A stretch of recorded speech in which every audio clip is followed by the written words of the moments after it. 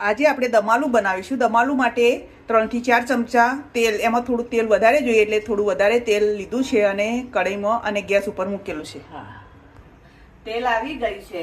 હવે એમાં 1 ચમચી આપણે રાઈ નાખીશું, 1 ચમચી જીરું નાખીશું, પછી થોડી હિંગ નાખીશું,